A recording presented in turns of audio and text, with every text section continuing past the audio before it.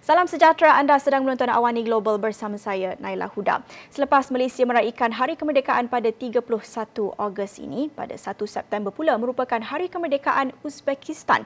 Genap 30 tahun sejak Uzbekistan sah merdeka. Jauh perjalanannya menuju ke arah modernisasi, antaranya termasuk pelaburan dalam sistem perlindungan sosial dan juga perkhidmatan awam. Tetapi selepas 30 tahun, apa hala tuju Uzbekistan selepas ini? Dan apa antara cara untuk mengukuhkan lagi hubungan diplomatik antara Malaysia dan Uzbekistan? Untuk itu, sudah bersedia bersama saya dalam AWANI Global Tuan Yang Terutama Rafshan Usmanov, Duta Besar Uzbekistan ke Malaysia. Thank you, Your Excellency, for joining me today. Now, I want to start off with the Independence Day of Uzbekistan on the 1st of September. After 30 years of independence, what does Uzbekistan see as some of its biggest achievements so far?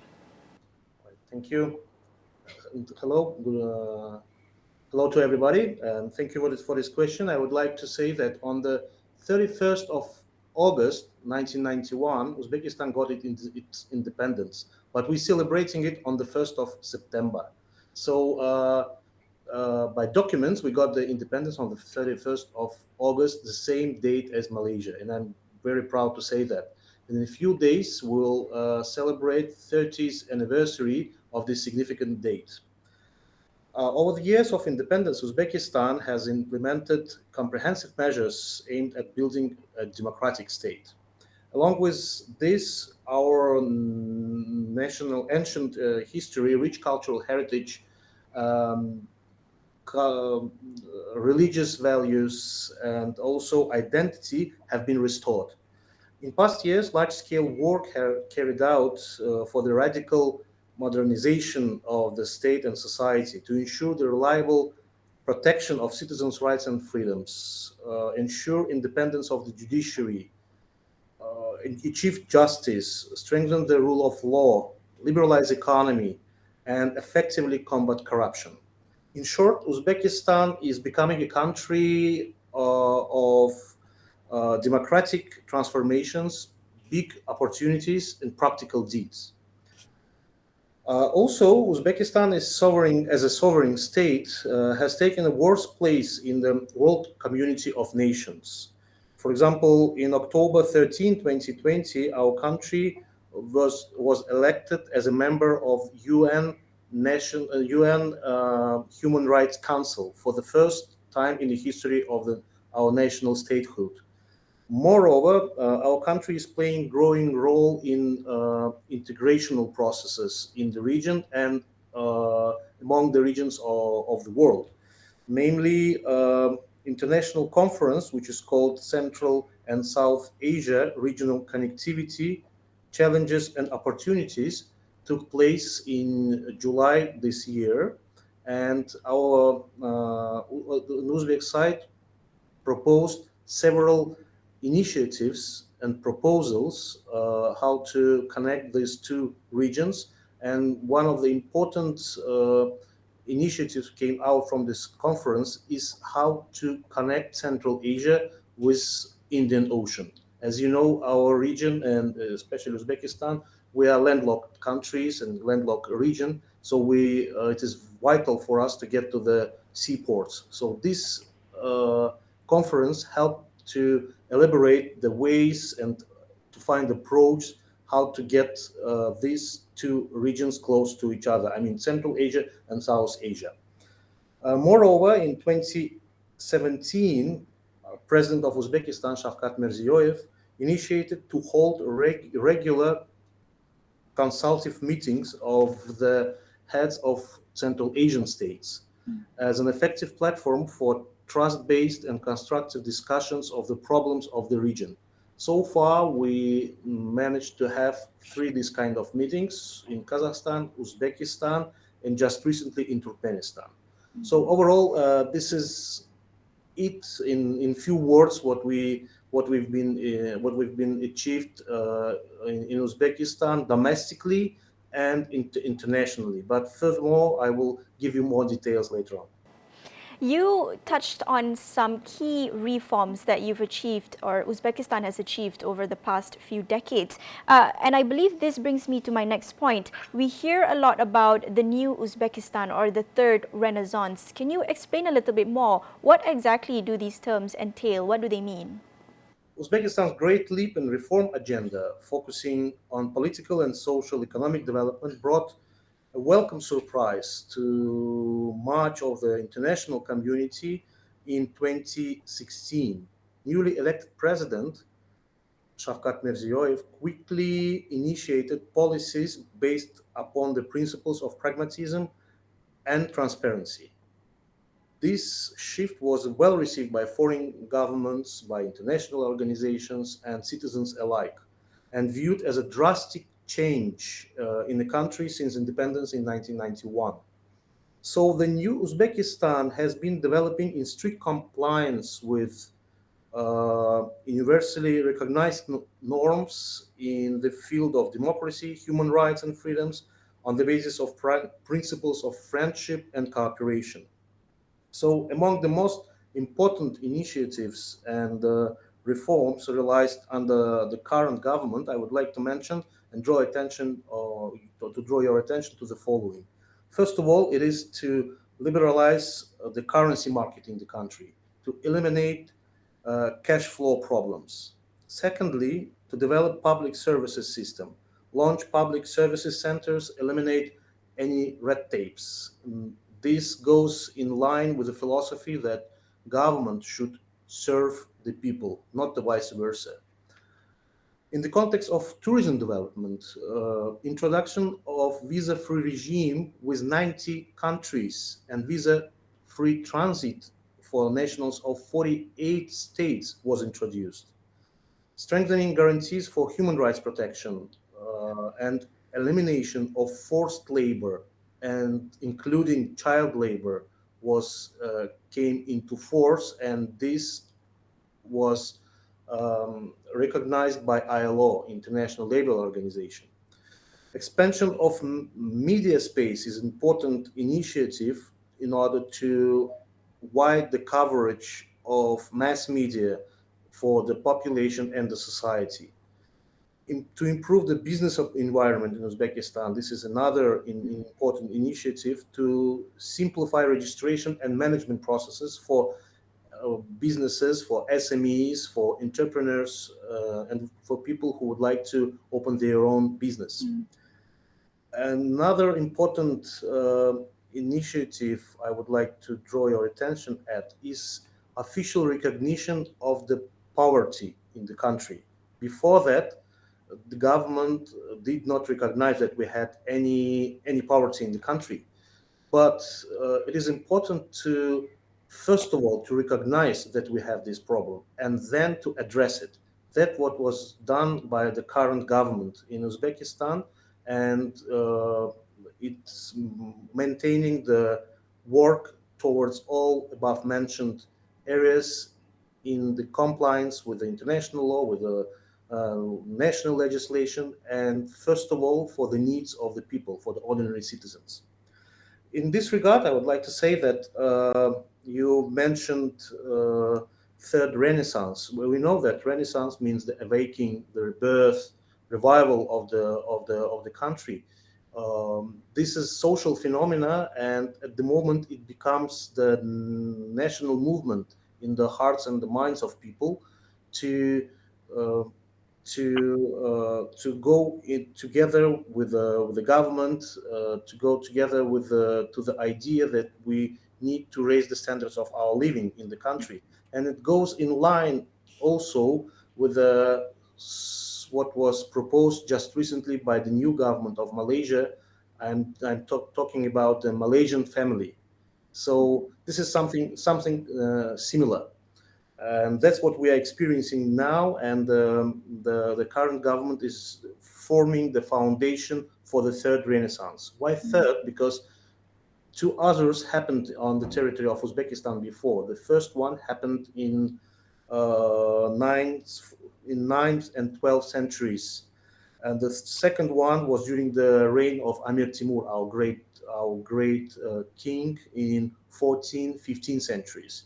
So now we are forming the third Renaissance in Uzbekistan, and it is very important to say that actually all those reforms which I mentioned are irreversible, and people understand that, And these reforms are done not for the sake of reform agenda, but for the benefit of ordinary people. This is very important. So, in just the span of 30 years, we've seen some remarkable growth for Uzbekistan and a lot of great reforms that's been achieved, as you mentioned, in judiciary aspects, in the socio-political aspects as well. Now, what's next on the development path for Uzbekistan, and what do you see would be some challenges as Uzbekistan goes forward in achieving more socio-economic reforms and towards more economic growth? What would be some challenges and what's next for Uzbekistan and its development path?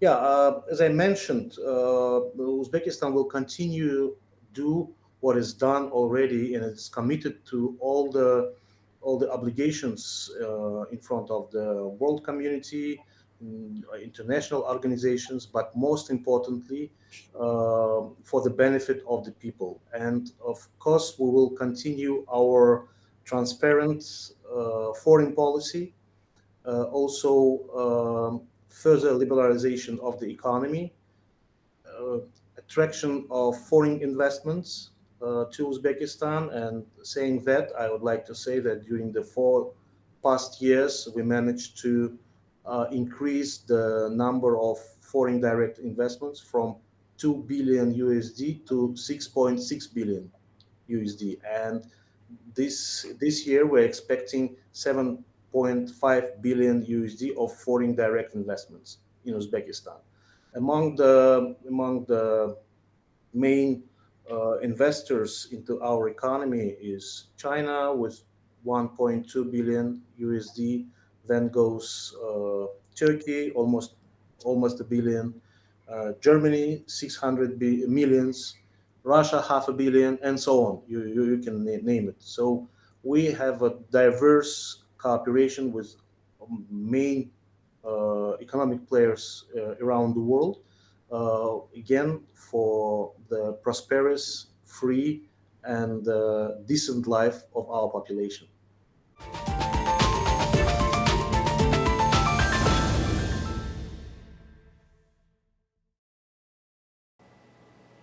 Now, you mentioned a little bit about the trade relations that Uzbekistan has with some of the major economic players around the world. How would you describe the bilateral trade between Uzbekistan and Malaysia? Has this been impacted by the COVID-19 pandemic?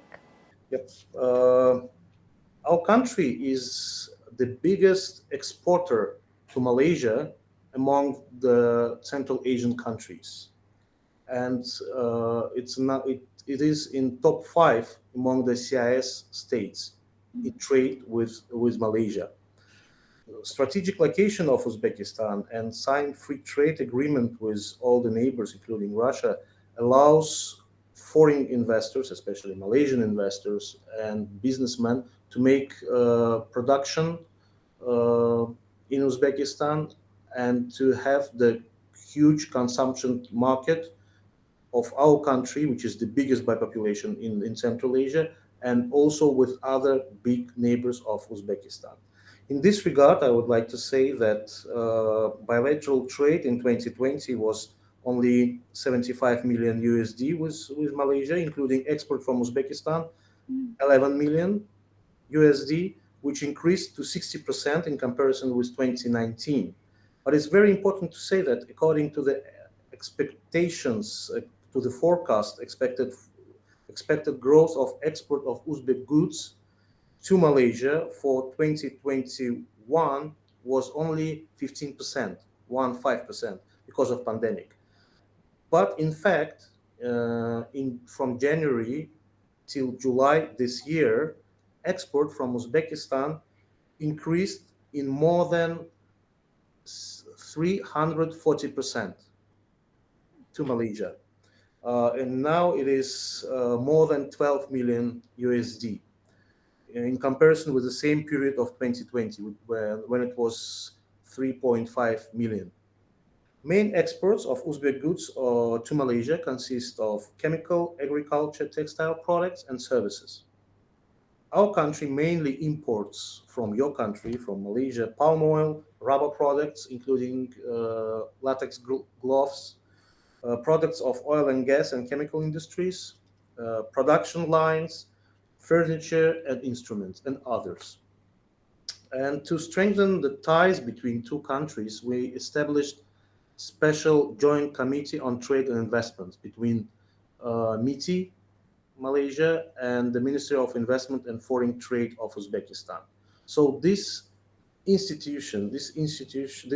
mechanism is to cover a wide spectrum of topics and deep dive into the problems and the issues which arise between countries in terms of trade and investment, and also to attract more businessmen, more companies to make business in two countries. So, based about on above stated, I would like to say that I'm sure that our country has a huge potential for further development on a mutually beneficial terms. I mean, in terms of trade, economic, and investment cooperation. So, looking at the rate of growth in bilateral trade between our two countries, and also some of the forms of cooperation that you mentioned between two agencies from Uzbekistan and Malaysia, what would you say are some new areas of investment, new business opportunities that can be of interest for Malaysian investors in Uzbekistan? Okay. Uzbekistan is resource rich and the second fast growing economy in our part of the world. I'm talking about the CIS states. It exports gold, energy products, textile, chemical products, cotton, agriculture, machinery, with the amount above 15 billion USD every year, and imports machinery, equipment, food, chemicals, metals equals to the 21 billion USD. So I said already about the FDI in Uzbekistan and about our main partners, and being ambassador of Uzbekistan to Malaysia, I would be very glad to see more Malaysian investors in Uzbekistan and more trade partners in Uzbekistan. In spite of COVID, we managed to have new deliveries of fresh agricultural goods, for example, from Uzbekistan to Malaysia. You can see on the shelves in supermarkets sweet cherries from Uzbekistan, and also jam produced from the sweet cherries. Also, we have some honey on the shelves here. Um, but the main product of export to this country is fertilizers from Uzbekistan. And if we talk back about the investments, the main agenda for the government of Uzbekistan to create the favorable business climate for every investor who comes to our country. And in this regard, I'd like to mention the new law which was adopted recently. It's called the Law on Investments and Investment Activities, which is a breaking through initiative how to protect foreign investments in Uzbekistan. Moreover, just recently, it was the big event in Uzbekistan. It was direct dialogue between our president and the businessman, our local businessman. But during that event, a lot of issues were discussed, including the protection of the foreign investments. At that event, with the participation of more than 10,000 people, hybrid, offline, and online, several of initiatives were proposed. First of all, to finance business by providing better favorable loans, which is very important now during the pandemic and post-pandemic time in Uzbekistan. Reduce the tax burden on business, which is could be quite risky for the government, but in the long term will come with benefit to the budget of the republic, because it will revive the business community and to make the SMEs work harder and earn more money and get back to the government in terms of taxes in the long term. To simplify procedure of the land allocation, this is also important thing, because we also adopted the new law on the private property and land property, which is also very useful tool for in the hands of foreign investors.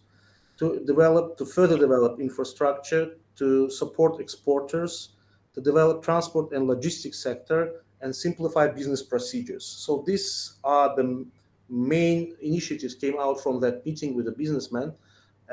Before that meeting, the government scrutinized all the issues and all the problems which were addressed by businessmen to the current government, and they came up with these resolutions and these initiatives how to solve them. Uh, we also broadening our cooperation with international financial institutions. And by the way, next week we're going uh, to hold the annual meeting of Islamic Development Bank in Uzbekistan, starting from the 31st of August till the 4th of September. The members from the 57 countries will be there with the participation of more than 2,000 people in Tashkent, capital of Uzbekistan. Talking about the bilateral investment cooperation with Malaysia, I'd like to say that there are 31 enterprises with Malaysian funding, with Malaysian capital, functioning in Uzbekistan at the moment. They are working in oil and gas, textile, electronics, and tourism services. So, therefore, based on the potential of our country, I would like to again to invite businessmen and investors from Malaysia to invest more in the following fields. I mean, it's electrotechnicals, chemical, petrochemical industries, agriculture is quite promising, textile, taking into consideration that we are one of the largest cotton producing country in the world, pharmaceuticals, and construction materials industries. Your Excellency, looking at these new areas of collaboration in trade and investment, this will also indirectly promote stronger and greater diplomatic relations between the two countries. How would you describe diplomatic relations between Uzbekistan and Malaysia, and how can this be strengthened? Yeah, thank you. Our diplomatic relations between Uzbekistan and Malaysia was established in 21st of February 1992. And since then, we see Malaysia as a country with a very high status, not only in the Southeast Asia, but in the entire Muslim world, and as well as a trustful and time-tested partner for Uzbekistan. Uzbek-Malaysian relations developed exponentially during the last years, and I am pleased to know that today our two countries enjoy long-term cooperation in the fields of politics, trade economy, science, education, culture, tourism, both bilaterally and also in the framework of international organizations. Couple of weeks, in the half a year, we had quite strong cooperation between scholars of two countries, and I think and hope that this will help uh, younger generation, first of all, to praise and to respect our great history, our common values in culture, in religion, and I think it will help in future for those young generation to build a great statehood in both countries with not forgetting the past, not forgetting the great history and great values we share. I'd like to also to draw your attention to another important pillar of our cooperation is education. I'm proud to say that in December last year, the first Malaysian full-fledged branch university was opened in Urgench city, Khorasan region in Uzbekistan. This university is called Binary International University. Yeah. So this institution will allow students not only from Uzbekistan but also from the neighboring countries to study the modern programs on industry, to get the industry relevant skills and to get the entrepreneur skills. And this, as I said, this is a first Malaysian university in Uzbekistan, and I'm Yeah. proud to say that. Yes, Your Excellency, that may be the first, but surely it won't be the last. And there's plenty more that I like to discuss with you, but unfortunately, that's all the time that we have today on Awani Global. Terima kasih kepada Tuan Yang Terutama Rafshan Usmanov, Duta Besar Uzbekistan ke Malaysia. Sedikit sebanyak kongsikan tentang Hari Kemerdekaan pada 1 September ini, hari selepas Malaysia juga meraihkan Hari Kemerdekaan. Dan itu sahaja masa yang kita ada dalam Awani Global jam ini bersama saya, Naila Huda. Kita jumpa lagi. Salam hormat.